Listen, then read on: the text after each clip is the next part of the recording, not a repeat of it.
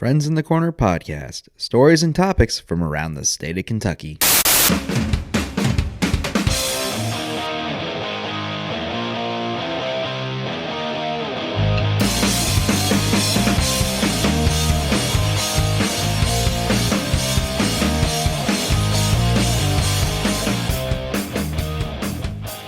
Welcome to Friends in the Corner podcast, stories and topics from around the state of Kentucky. This is Dan Pauly recording to you guys from beautiful Lexington, Kentucky. Happy to be back with you guys again for another episode of Friends in the Corner podcast.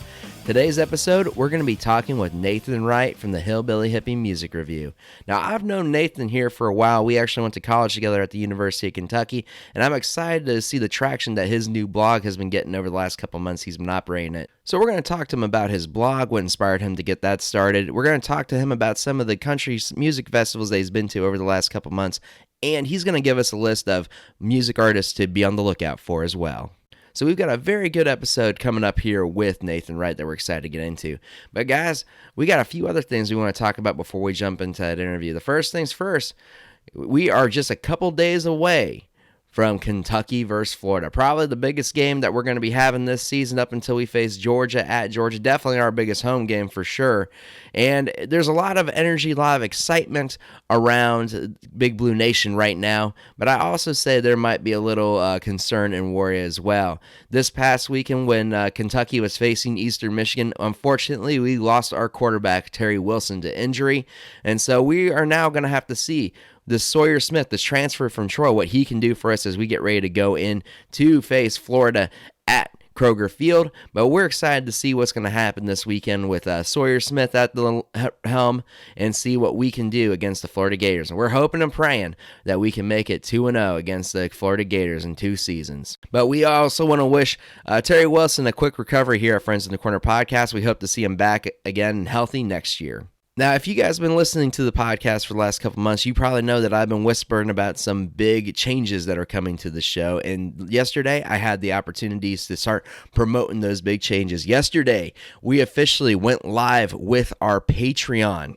Yes, our Patreon system is for people that want to support our show, help contribute in some special ways, and in return, you guys are going to get some special content as well. The Patreon is going to be significant for the growth of our show, for us to continue to produce this show, give it out to you guys on a bi-weekly basis, and then continue to expand it and grow it into what the visions we have for it as well. So if you guys have listened to Friends in the Corner podcast and you want to be a part of the future of the show, please go check out our Patreon. We are on patreon.com/FITC podcast. The link will also be in the description below so that you guys can check it out for yourself and see the different tiers that we're offering for contributors to the show as well. One of those tiers includes shout out on all future episodes of Friends in the Corner podcast. And we're going to start that today with our first 2 contributors to the Patreon. So we want to give a shout out to Trevino Woods, aka Big Vino, who's been on the show before. He was the very first Patreon that I had on the Patreon page here. And the second shout out goes to Tyler Witt out of Frankfurt. Thank you guys for contributing to the show and helping to commit to the future of Friends in the Corner podcast. If you want your name shout out on the show, be sure to donate to our Patreon today. But now let's get on to our episode. So, my guest today is Nathan Wright. Nathan and I go all the way back to college. We first met as members of Christian Student Fellowship when we were freshmen in college, and since then we've kept in touch and grown throughout our adult lives here. I even had the opportunity to be in Nathan's wedding a couple years ago when he married Lauren. So it's exciting to have him onto my show to talk about his new adventure into content creating. Nathan is the founder of the Hillbilly Hippie Music Review, which is a blog site that covers up-and-coming artists that don't get a whole lot of attention from around the state. He also talks about some of his concerts that he's been to and gives you some artists to be on the watch for. So I was excited to have Nathan on just to talk about what inspired him to start this blog and what we should be looking out for in the country music realm in the coming years as well. We also talk about a Kentucky boy himself, Tyler Childress, and the impact that he's had on our beautiful state also. So I'm excited to get into this interview here. Let's get ahead and get started. Ladies and gentlemen, Mr. Nathan Wright. Here we go.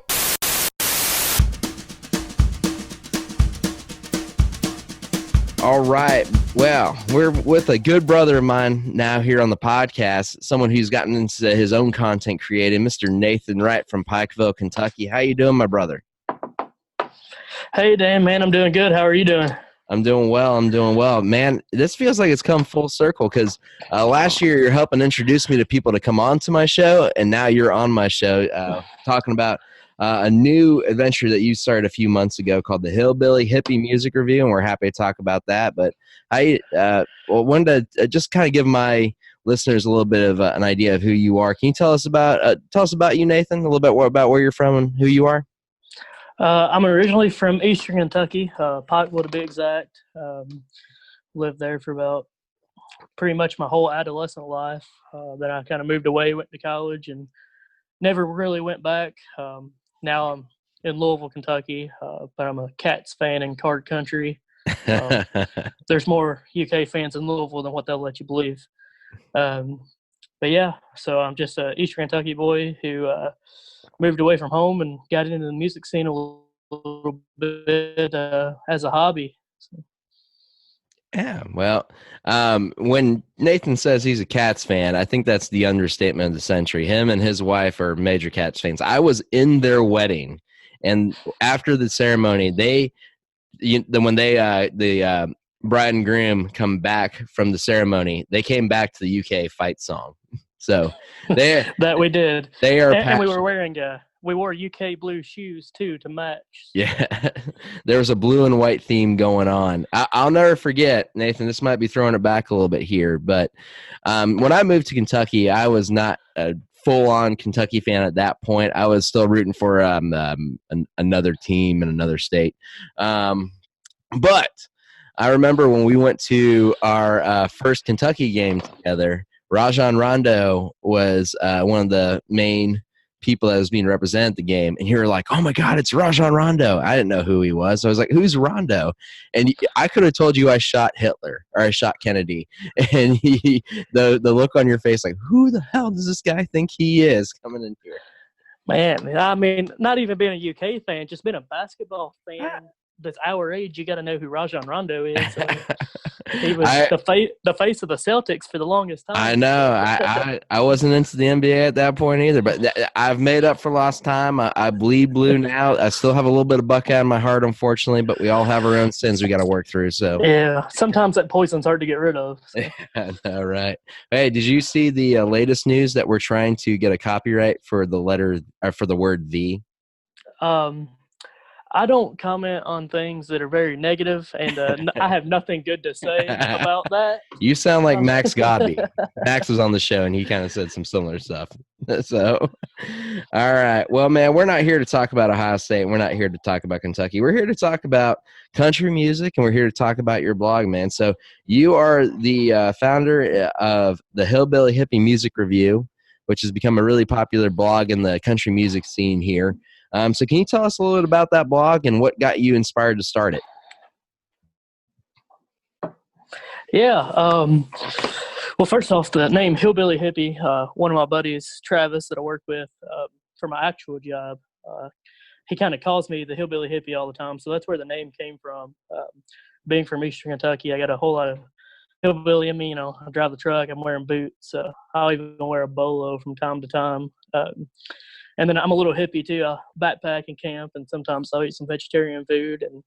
And I love trees and nature, and so it's kind of the best of both worlds. So that's where the name came from.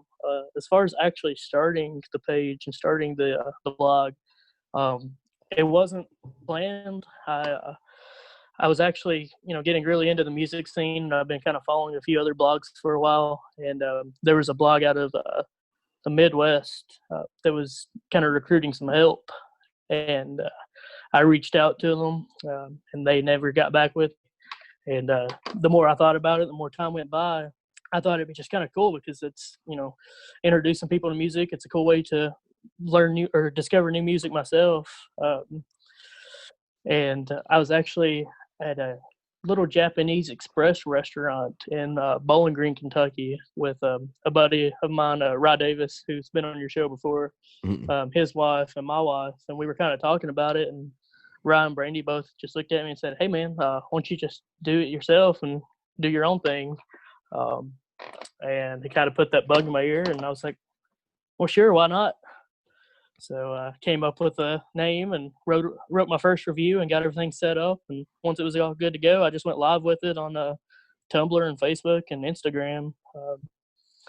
And it's been a cool experience for 3 months. It's been a cool ride, and I've met a lot of cool people.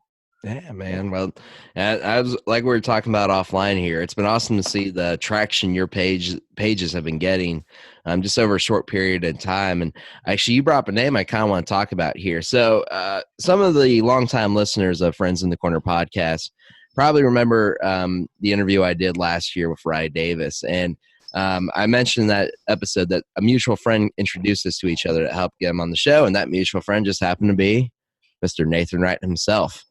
So tell us, man, because Rye's episode has become probably one of my favorite episodes I've done, and probably one of my most listened to episodes I've also had. But how did you and Rye meet? Well, it's kind of like a quick little funny story. My wife and I are both both fans. Sorry, of Sunny Sweeney. She's a great country music artist out of Texas. And she was playing this little hole-in-the-wall bar in Bowling Green right off 75 there called the Spillway. So we bought tickets and went down to Bowling Green to this little dive bar to listen to some music. And Rye was actually the opener. It was just him up there with his guitar doing an acoustic set. And Lauren and I were kind of back by the bar, and we were just looking at each other. It's like, man, this guy's pretty good. I'm going to have to check him out. And so we kind of did a little Facebook creeping and found out he was a local guy, and he was, kind of green starting out with it. So I went up to his merch table. I wanted to, get a hat or a shirt or something, support him, and just introduce myself. And we kind of got to talking. He was a real cool guy, and he said he plays up in my neck of the woods in Louisville quite often. So I promised I'd go to a show the next time I saw it. We went. It was over at Wayland's Feed and Firewater, a cool little bar that's no longer open. And I went up and just said hey, and we kind of sat with them. And then every time they came up, we'd go see them, and we just kind of went from being fans to friends. And so now we just kind of talk about music, and I go to their shows, and we kind of hang out, and, just do the friend thing and promote music, man. Yeah. And he was, you mentioned that he was one of the guys that kind of helped put the bug in your ear to help you start the blog, which is awesome. How he helped you out. And so you've been doing this blog now for about 3 months, and you've written write-ups from everything from artists to people should learn about to festivals you've attended. But what you say on your blog is that the Hillbilly Hippie Music Review is a Kentucky-based music review page. Our passion is good music that doesn't get recognition it deserves on the radio in Nashville. We support music and artists that are true to themselves and are rooted in what they write and sing about. And so you were kind of talking about, so you talk about Rye, a local guy who is trying to make a name for himself and doesn't always get the recognition he did at the time.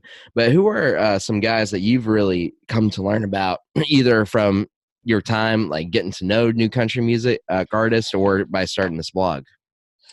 Well, just kind of one of the reasons I started the blog was the music that I listen to that I've just discovered over time is not a lot of music that people know. They say they don't like country music anymore, and I say you just don't like corporate country music. I hear a lot of, I like traditional 90s, George Strait kind of stuff. So Tyler Childers, Cody Jinks, Ward Davis, guys like that are kind of what got me into this rabbit hole of endless independent music. And then since I've been doing the blog, I've discovered a bunch of, cool artists.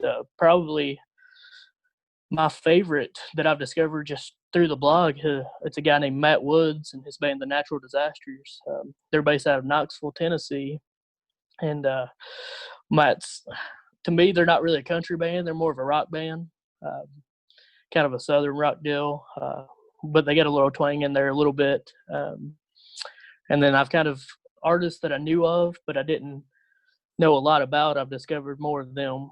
Guys like Justin Woods and Brent Cobb, Alex Williams, and just guys like that. So and a lot of ladies too. I don't want to leave them out. But yeah, it's cool, man. A lot of music that got me into it, and then I've just discovered a lot of music because of it. But one of the first write-ups you did was for a gentleman named Colton Keiss. And you kind of talked about your experience with his first album and how you were able to relate to a lot of his songs. So I guess this is kind of where I wanted to lead into is what does country music really mean to you when you listen to songs like Colton Kaiser's or Tyler Childers, and what does songs like those or artists like those mean to you in that realm? I can listen to an artist or one song, and every time I listen to it, it's kind of got a different meaning. Depends what I'm going through at that time. But just in general, I mean, a lot of these are songs about me. There's a old Trace Atkins song from the early 2000s. It's about me and who I am. And not to rip Trace off, but it's true. It's a good song. They're relatable. Tyler, a lot of his songs talk about Eastern Kentucky. A lot of Cody Jinks songs talk about being in the middle of the pack and working his way up. Ward Davis talks about a lot of heartbreak and things. So just country music to me is relatable, and you just kind of get into it. A lot of people say you can't dance to it, and they're just not listening to the right songs. They've never been to a Wright Davis concert. That's right. That's right. He's got a line dance in France, in case you didn't know. People dance to Wright Davis all the time. Well, that's awesome, man. Well, and can you tell us a little bit about Colton Kais? Because it sounds like you guys have been kind of become buddies from starting the blog, right? Yeah. So I had heard of Colton before. He's from down around Glasgow, I believe, which is Bowling Green, Mammoth Cave area, that whole little pocket there. He's another guy, local singer songwriter who likes the traditional style. His favorite artist is Keith Whitley, which is one of my favorite artists, and he's another great artist from Eastern Kentucky. And when I was kind of looking at doing the blog, I was trying to figure out, what my first review would be on. And Colton's album had been out for a few months, but he's independent. He put it out himself, and so I hadn't got a lot of playing time, hadn't got a lot of listens. And I think it was a kick-ass album, to be honest. So I just got on there. I reviewed it. I didn't even tell him I was going to do it. And then as soon as I got it up, I tagged in it. And now since then, I've been to a few of his shows, and we kind of talk every now and then. And he's just one of those artists I want to promote, and he's a good guy. And another guy you've done a write-up for, which I was kind of excited to see, because he's a guy I just saw in concert a few months ago. That I thought was awesome was Ian No, who's also a yeah, man. I didn't go to see him specifically. The opening act was a guy I love named Devin Gilfillian, but I stuck around to listen to his show, and man, he has a good live show too. But yeah, man, it was kind of funny when you posted that. I was like, I literally just saw this guy 2 days ago. Right. Yeah, he's another good one. Another one from Eastern Kentucky that writes soulful songs. He's a heck of a songwriter to me. Oh yeah. A lot of people kind of compare him to Bob Dylan. He's from right around Beattyville, which is close to the Red River Gorge. So a lot of good music, man. Well, and as I mentioned, we were talking about Ian No live, and we talked about Wright Davis live, and you even talk about some of the write-ups you've done from some of the festivals you attended. But whether it's been a festival or a live show, who have been some of the best live acts you've seen since starting the blog, or since you've been on this journey to see different live bands? Because I know you love going to live music concerts. I do. Music's always better live. Well, up until I started going to a lot more concerts, which was last year's when I kind of took off and kind of started following this music path. Up until then, the best concert I'd ever been to was 2014. It was Garth Brooks at Rupp Arena. Garth actually, when he went back on tour for his world tour, I think he sold out 4 shows and 2 nights at Rupp Arena, and then did it everywhere else he went. And he was just full of energy, man. He was playing some of his classics, and it was a good time. But then until after that, I kind of saw a lot more concerts, and it's different venues. I've seen some great bar concerts. I've seen some great small room concerts, and I've seen some great festivals. American Aquarium, I saw them recently at the Rooster Tail Music Festival, which is the festival for the Madison Regatta up in Madison, Indiana. And man, BJ Barham and American Aquarium, I'm telling you, I've never seen a live act with that much energy.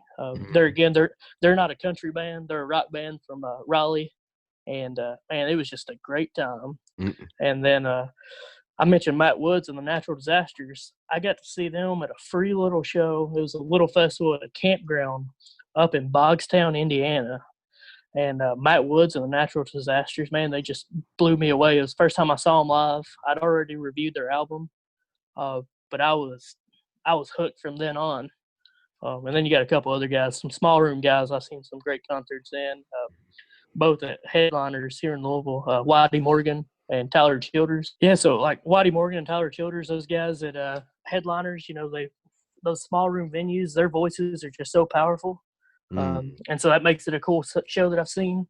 But it's hard to pick just, my favorite live act, just one, because I've seen so many different people in so many different settings, whether that be a bar, a small room, an arena, or a festival. Well, you talked about seeing Tyler Childers in a small setting, but I don't know if we're going to be seeing Tyler Childers in too many small settings. No, I don't think so. I think he's getting a little bit bigger now, but he's got a billboard down I-65 in Nashville now. I don't think he's going to be playing headliners many more times. No. Yeah.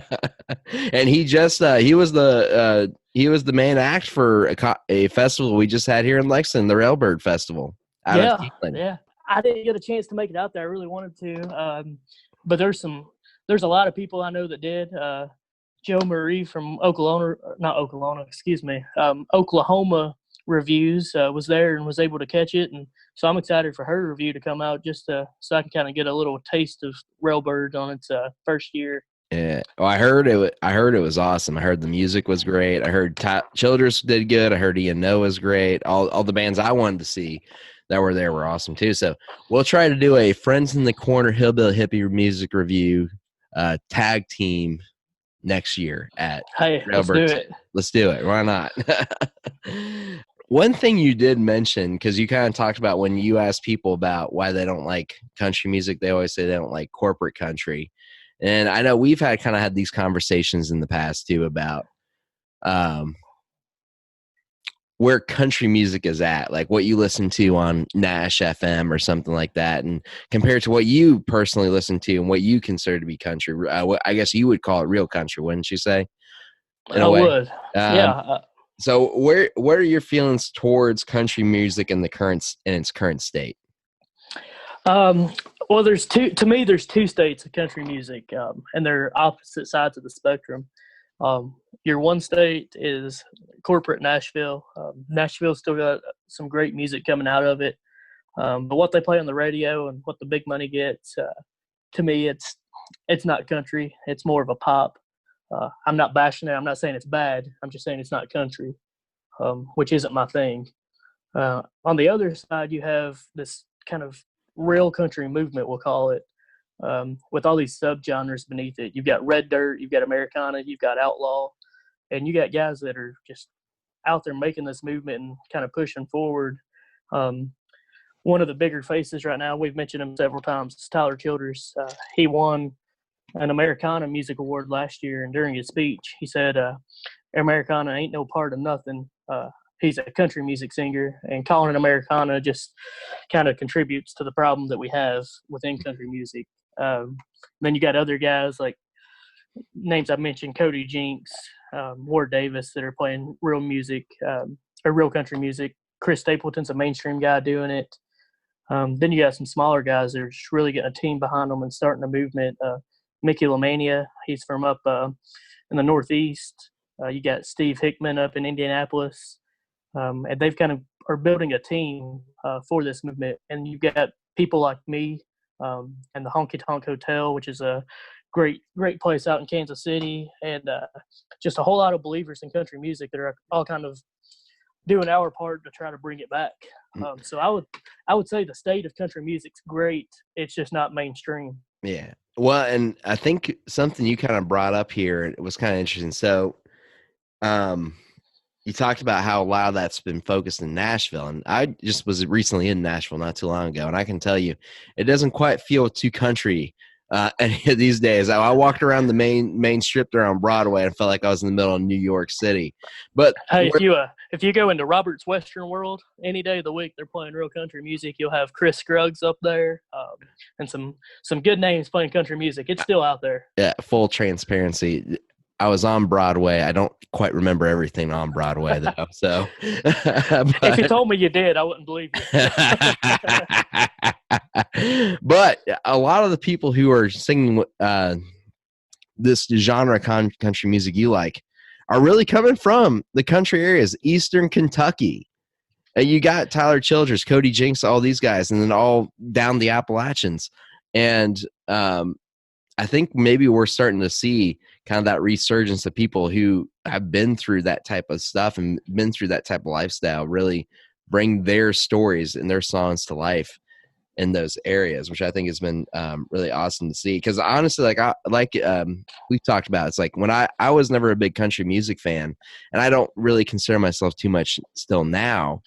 But you told me about a couple artists to try out. Like you told me about Tyler Childers before Tyler Childers was he is now. Obviously, you introduced me to Wright Davis and a few others. But it's been kind of just interesting to see like the difference between what I listened to the songs you've recommended and like what you listen to Nashville, which has been pretty awesome to say. And who says who's right and who's wrong? Music is music. You gotta love it for what it is. So. Right, it takes all tops for the world to go around. So I get one guy we brought up a little bit, almost at every point on this podcast has been Tyler Childers, who's from Eastern Kentucky, and he's gotten some pretty big mainstream media a lot lately. Like I mentioned, he just headlined his own music festival here in Lexington. He's been on some of the late night shows that have been on over the last couple weeks. So I guess my question to you, being someone from Pikeville, from Eastern Kentucky, what does it mean to Eastern Kentucky to have someone like Tyler Childers that comes from that area and that writes some songs about those areas and kind of tells a story about being in those areas become mainstream? What does that mean to some place like Eastern Kentucky? It's great having somebody like Tyler that's kind of in the mainstream now, but still singing the music that we like and singing about us. It's fantastic. But really, in all honesty with you, it's nothing new to Eastern Kentucky. Like you kind of mentioned, you've got these new acts like Tyler, Sturgill Simpson, Chris Stapleton, and a few other people that are all from Eastern Kentucky and are all kind of making or reviving that hotbed, if you will. But Kentucky's always been in the spotlight, specifically Eastern Kentucky with music. Guys like Dwight Yoakam, Dwight Yoakam was born in Pikeville or around that area. We've got Keith Whitley, Loretta Lynn, Billy Ray Cyrus, Tom T. Hall, and the list can go on and on. So we've always kind of been in that spotlight. So it's just kind of reviving it. Billy Ray's from East Kentucky? Yeah, Flatwoods, if I'm correct. Really? Okay, I thought I didn't know that. So, well. He's come a long way now. Now he's got a country road. I think he's, claimed Nashville for a long time. He's claimed Nashville. I'm not gonna comment on country road. I'm not gonna comment on Billy Ray's latest song. So I'm just gonna leave it at that. Fair enough, man. So fair enough. One of the things that you do on your Facebook page of your blog is a top 5 every week of new artists or people you're listening to. So one, I'd like to learn how you come up with your top 5, if it's like your personal, who you're listening to, or if it's people that's been recommended to you or people that chime in to suggest it. And then if you don't mind, could you give us a top 5 of artists that my listeners need to listen to this week? All right. Well, first, the top 5, it kind of comes from several places. One thing I try to do is I try to never repeat a top 5, which eventually is going to happen. Eventually, I'm just going to get there because there's so many artists I haven't discovered. But besides that, it's who I'm listening to that week, who my wife is listening to that week. We have a contributing writer, Amy. It's whoever she's listening to that week. And I just kind of pick 5 people, put on there that I feel like people need to listen to and know their name. And it's anybody from a mainstream artist that's been there for a while somebody who's an old school artist, if you will. So it's ranged from, Ian No, like we talked about, to Keith Whitley, um, to Rod Davis, all the way down to, Blackstone Cherry, the Josephines, or American Aquarium. So it's kind of a big range of new and old. It just artists that I feel like people would like and people should listen to. As for a top 5 right now, I'm assuming you don't want the one that I posted today. You just want a top 5 overall. Your top 5. How about this? How about the top 5 of 2019? Does that narrow it down anymore, or does that make it more difficult? The top 5 of 2019. Okay, yeah, we can do that. So one we've talked about it. We'll go Tyler Childers. He's got a great album out and it's getting a lot of praise. Shane Smith and the Saints. That's another one a lot of people don't know. They're not really a country band to me, but they released a new album not long ago. See, let me think of 3 more here. Man, I didn't prep Nathan for this question, so I apologize. You did. Matt Woods and the Natural Disasters. We talked about them. They got a great album out. Josh Nolan. Josh Nolan's another one. Okay.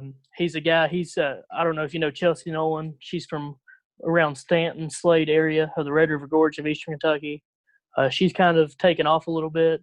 Josh is her brother, and man, he plays with her and her band, but he's got his own band, and he's going to take off. He's a talented dude.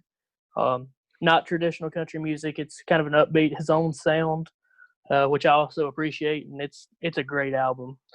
So there's 4. I need to give you one more. One more. Let's see. Right, Davis. You are making me think about it. Yeah. Let's see.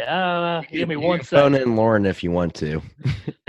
Let's do Justin Wells. Justin Wells is another guy from Kentucky. He's from Lexington. He's got a new album that's getting ready to release this year. His last album's a few years old, but I've heard some songs off of it. He plays them live. And Justin's another guy. If you ask him, he'll tell you that he and his band are a rock band. They're not country music, but they're great and they're soulful lyrics. And Justin's got a passion when you see him live that you don't see in most people. So there you go. There's my top 5 for 2019. That sounds like a great top 5, man. So, dude, Ben, I gotta say for you, brother. The one thing I gotta say to you is I'm very proud of you for everything you've done with this blog and where you're going with it. It really, I wasn't just trying to blow smoke up you, but it's gotten some traction that's been fantastic. Like stuff I wish FITC podcast we get to, but I'm very happy for you for what you've been doing, and I'm always here to support content creators. So I'm very happy to see where things are going with you. So that's just my 2 cents, especially since it's one of my good buddies, Nathan.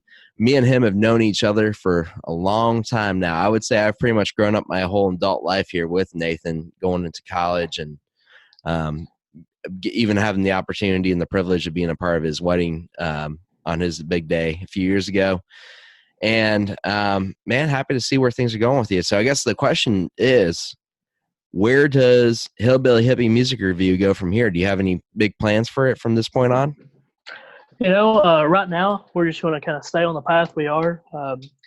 It's going to shows, going to festivals, listening to music we like to listen to, and requests, too. We get a lot of requests. And basically, I want to be a go-to for people that want to hear new music, not just country, but country, some Southern rock, a little bit of, other rock. I want to be a go-to if somebody's saying, which we hear quite often, who's some other bands I should listen to, or where's some new music I should listen to. I want to say, hey, go look at my page. I'll hand them a business card or something.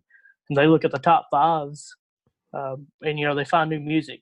And I want to be kind of one of those reputable, I can't even say the word, reputable. Recognizable? Recognizable. We'll go with that. I want to be a recognizable face in this and just promote the artists that I like to listen to and make friends while doing it, man.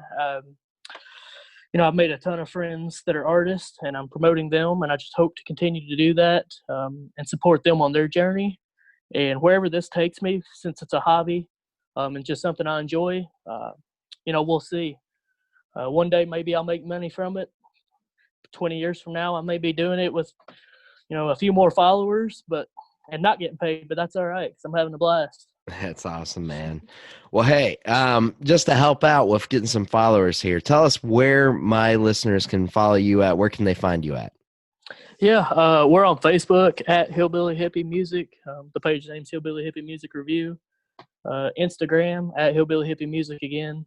And then we're on Tumblr as well. That's where I actually post all of the blog posts. I think it's www.hillbillyhippiemusicreview.tumblr.com.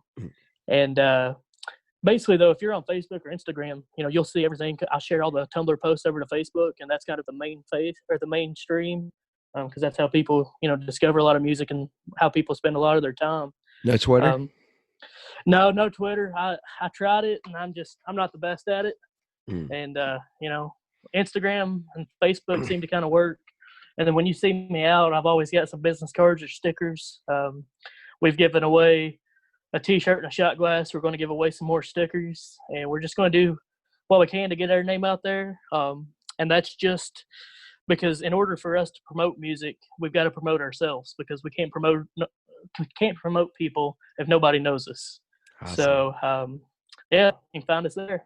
Yeah, man. Awesome. Well, thank you so much, Nathan, for coming on, brother, again. And we hope to have you back on again. Hey, man, I appreciate it. It's been great. All right, and that's it for our interview with Nathan Wright from Hillbilly Hippie Music Review. If you want to follow Nathan and everything he's doing, be sure to check him out on Facebook and Instagram at Hillbilly Hippie Music. Also, check out his Tumblr blog at hillbillyhippiemusicreview.tumblr.com. And while you're at it, looking up all these social media pages, be sure to follow us on Facebook, Twitter, and Instagram as well. We're on Facebook, Twitter, and Instagram at FITC Podcast. That's FITC Podcast. You can email the show at friendsinthecorner@gmail.com. That's friendsinthecorner, all together, lowercase, @gmail.com. And be sure to check out and donate to our Patreon at patreon.com/FITC Podcast. Thank you guys again for tuning in to another fantastic episode of Friends in the Corner podcast. So let's start getting ready for Kentucky versus Florida this weekend. Good night and go Cats. That's a wrap.